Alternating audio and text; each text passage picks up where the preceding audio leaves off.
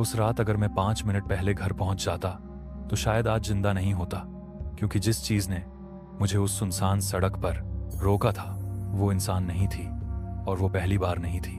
वो हर अमावस्या को किसी एक का इंतजार करती थी। उत्तर प्रदेश के एक छोटे से गांव बरगांव में एक पुराना पीपल का पेड़ था। गांव के लोग उसे शाम वाला पेड़ कहते थे। दिन में वो बस एक साधारण पेड़ लगता था, लेकिन सूरज ढलते ही उसके आसपास का माहौल बदल जाता था। कहते थे कि उस पेड़ के नीचे पहले श्मशान हुआ करता था। कई साल पहले वहां एक औरत ने आत्महत्या की थी। उसका नाम था राधा। लोगों का मानना था कि उसकी आत्मा आज भी वहीं भटकती है, लेकिन मैं इन सब बातों पर विश्वास नहीं करता था। मेरा नाम अर्जुन है। मैं शहर में पढ़ाई करता था और उस दिन कई महीनों बाद गांव लौटा था। रात हो चुकी थी। आखिरी बस से उतरकर मुझे घर तक पैदल जाना था, और वही रास्ता उस पीपल के पेड़ के पास से गुजरता था। हवा असामान्य रूप से ठंडी थी।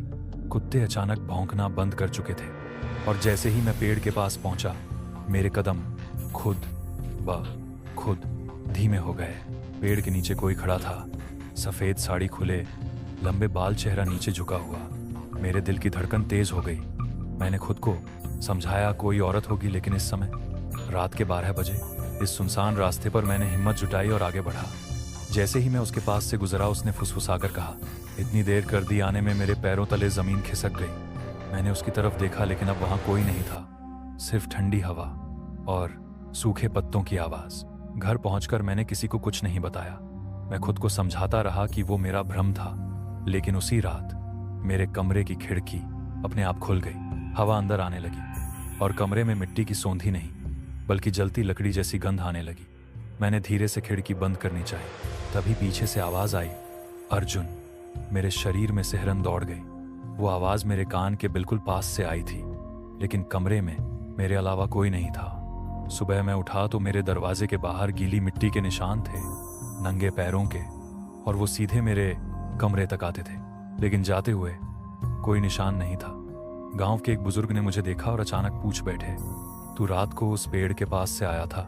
मैं चौंक गया। हाँ। उनकी आंखों में डर था। उन्होंने धीमे से कहा, आज अमावस्या थी, और फिर वो बिना कुछ बोले चले गए। रात होते ही फिर वही ठंडी हवा चलने लगी। इस बार मैं तैयार था। मैंने तय किया आज अगर वो दिखी तो मैं भागूंगा नहीं। रात के ठीक 12 बजे मेरे दरवाजे पर 3 बार दस्तक हुई। ठक ठक। मेरे माता पिता गहरी नींद में थे। मैंने दरवाजा खोला, बाहर कोई नहीं था, लेकिन आंगन में पीपल के पत्ते बिखरे हुए थे, जबकि हमारा घर उस पेड़ से आधा किलोमीटर दूर था। अचानक मेरे फोन पर एक नोटिफिकेशन आया। अनजान नंबर से मैसेज था, आज रात तुम बच गए, लेकिन अगली अमावस्या को नहीं बच पाओगे। मैंने नंबर पर कॉल किया। फोन उसी समय बजने लगा मेरे पीछे, कमरे के अंदर, और जब मैं मुड़ा मेरे बिस्तर पर वो बैठी थी। चेहरा धीरे धीरे ऊपर उठ रहा था और उसकी आंखें पूरी तरह काली थीं। वो मेरे बिस्तर पर बैठी थी, लेकिन असली डर उसकी शक्ल में नहीं था। डर इस बात का था कि मेरे माता पिता उसी कमरे में सो रहे थे और उन्हें कुछ भी दिखाई नहीं दे रहा था, क्योंकि वो सिर्फ मुझे दिख रही थी, और अब वो मुझे अपने साथ ले जाना चाहती थी। मैं जड़ हो चुका था। मेरे सामने वही सफेद साड़ी, वही लंबे उलझे बाल, लेकिन इस बार उसका चेहरा साफ दिख रहा था। उसकी आंखें पूरी तरह काली थीं, जैसे उनमें पुतलियां ही नहीं थीं। उसने धीरे से मुस्कुराया। उसके होंठ फटे हुए थे और उनमें से राख गिर रही थी। वो बोली, तुम लौट आए, जैसे वादा किया था। मेरी सांस रुक गई। कौन सा वादा? वो धीरे धीरे खड़ी हुई। उसके पैर जमीन को छू ही नहीं रहे थे। कमरे का तापमान अचानक बर्फ जैसा ठंडा हो गया। अचानक मेरे दिमाग में तेज दर्द होने लगा। कुछ अजीब सी तस्वीरें सामने आने लगी। एक औरत रो रही है, आग जल रही है, गांव वाले चिल्ला रहे हैं, और मैं वहां खड़ा हूं, लेकिन वो मैं नहीं था, वो कोई और था। फिर उसकी आवाज गूंजी, तुमने मुझे अकेला छोड़ दिया था। सबके सामने मेरे माथे पर पसीना आ गया। क्या मेरा उससे कोई पुराना रिश्ता था, या ये कोई और खेल था? वो खिड़की की ओर मुड़ी। बाहर से हवा का तेज झोंका आया। पीपल के पत्तों की आवाज साफ सुनाई दे रही थी, जबकि वो पेड़ यहां से बहुत दूर था। उसने हाथ बढ़ाया। उसकी उंगलियां लंबी और काली थीं। चलो, इस बार मुझे इंतजार मत करवाना। मेरे पैरों ने खुद चलना शुरू कर दिया। मैं दरवाजे से बाहर निकल गया। मेरे माता पिता अब भी सो रहे थे, जैसे उन्हें कोई फर्क ही नहीं पड़ रहा। मैं उसी सुनसान रास्ते पर था। रात बिल्कुल काली थी, चांद नहीं था, सिर्फ वही पीपल का पेड़ और उसके नीचे जलती हुई चिता। लेकिन वहां कोई शव नहीं था, सिर्फ आग, और उसके चारों ओर परछायां घूम रही थी, जैसे अदृश्य लोग मंत्र पढ़ रहे हों। वो मेरे सामने खड़ी थी। तुमने मुझे धोखा दिया था। उसकी आवाज अब भारी हो चुकी थी। गांव वालों के सामने तुमने कहा था कि मैं पागल हूं, और उसी रात उन्होंने मुझे यहां जला दिया। मेरे दिमाग में जैसे बिजली कौन थी। ये यादें, ये सब, क्या मैं अपने पिछले जन्म में वही आदमी था? क्या मैंने ही उसे मरने के लिए छोड़ दिया था?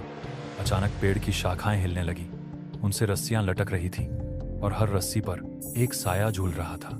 गांव के लोग जो सालों पहले रहस्यमयी तरीके से मरे थे, वो सब मुझे घूर रहे थे और एक साथ बोले, इस बार इसे जाने मत देना। मेरी चीख निकल गई। राधा का शरीर बदलने लगा। उसकी गर्दन टेढ़ी हो गई, मुंह असामान्य रूप से चौड़ा हो गया। उसके अंदर अंधेरा था, पूरा का पूरा अंधेरा। उसने मेरा चेहरा पकड़ लिया। उसकी पकड़ बर्फ से भी ठंडी थी। आज अमावस्या है और आज अधूरा काम पूरा होगा। आग अचानक तेज हो गई, जैसे मुझे उसमें खींच रही हो। जैसे ही मैं आग के पास गिरा, मुझे किसी ने पीछे से जोर से खींच लिया। मैं जमीन पर गिर पड़ा। मेरे सामने एक बूढ़ा साधु खड़ा था। उसकी आंखों में डर नहीं, क्रोध था। उसने जोर से मंत्र पढ़ा और राधा चीख उठी। पूरा श्मशान कांपने लगा। लेकिन साधु ने मेरी तरफ देखा और कहा, अगली अमावस्या से पहले इसका सच जानना होगा, वरना ये सिर्फ तुम्हें नहीं, पूरे गांव को ले डूबेगी। और तभी पीपल का पेड़ बीच से फट गया। उसके अंदर से एक और चेहरा बाहर झांक रहा था, जो राधा से भी ज्यादा डरावना था। पीपल का पेड़ बीच से फट चुका था, लेकिन असली डर ये नहीं था। डर इस बात का था कि पेड़ के अंदर जो चेहरा था वो राधा का नहीं था, वो मेरा था। हाँ, मेरा ही चेहरा। और वो मुस्कुरा रहा था। मैं पीछे हट गया। साधु ने जोर से मंत्र पढ़ा। हवा में राख घूमने लगी। पेड़ के अंदर से जो चेहरा बाहर आ रहा था वो बिल्कुल मेरी तरह दिखता था, लेकिन उसकी आंखें लाल थीं। वो बोला, तुम्हें लगा था सब खत्म हो गया? मेरे कानों में आवाज गूंज रही थी। साधु चिल्लाया, अर्जुन, ये तेरी परछाई है, तेरे पिछले जन्म का पाप। मेरा दिल धड़कना भूल गया। साधु ने तेज आवाज में कहा, पिछले जन्म में तू ही था जिसने राधा पर झूठा इल्जाम लगाया था। तू गांव का मुखिया था। तूने उसे चुड़ैल कहा और गांव वालों ने उसे जिंदा जला दिया।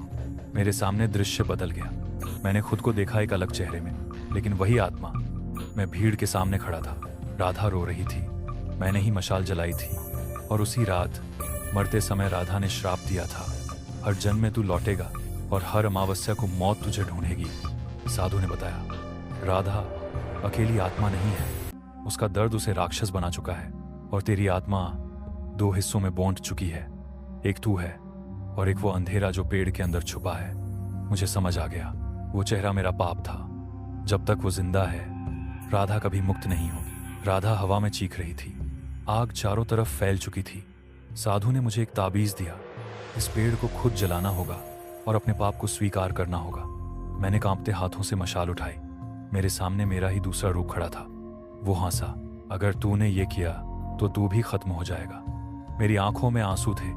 मैंने जोर से कहा, मैं अपने गुनाह मानता हूं, और मशाल पेड़ पर फेंक दी। पेड़ आग की लपटों में घिर गया। मेरा दूसरा रूप चीखने लगा। उसका चेहरा पिघलने लगा। राधा की चीख धीरे धीरे रोने में बदल गई। फिर एक पल के लिए सब शांत हो गया। आग बुझ चुकी थी। पेड़ राख बन चुका था। राधा अब मेरे सामने थी, लेकिन इस बार उसका चेहरा शांत था। उसकी आंखों में काला अंधेरा नहीं था। उसने धीरे से कहा, इस जन्म में तुमने स्वीकार किया, अब मैं मुक्त हूं। और वो हवा में विलीन हो गई। मैं श्मशान की राख के पास बेहोश पड़ा था। गांव वाले मुझे उठाकर घर लाए। साधु कहीं नहीं मिला, जैसे वो कभी था ही नहीं। लेकिन जहां पीपल का पेड़ था, वहां अब सिर्फ जली हुई मिट्टी थी।